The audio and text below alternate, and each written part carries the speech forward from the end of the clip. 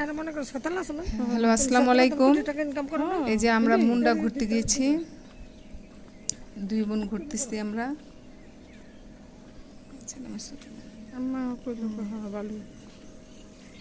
দেখেন কি সুন্দর গ্রাম, মুন্ডা গ্রামটা।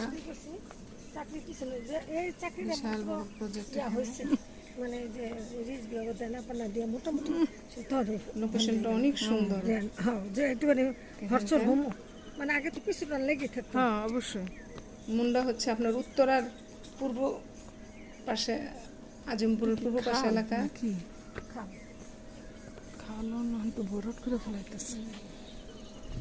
এটা খাল, এটা এই দেখেন কি সুন্দর ধান খেয়েছে জমি, হ্যাঁ বিক্রি হয়ে গেছে।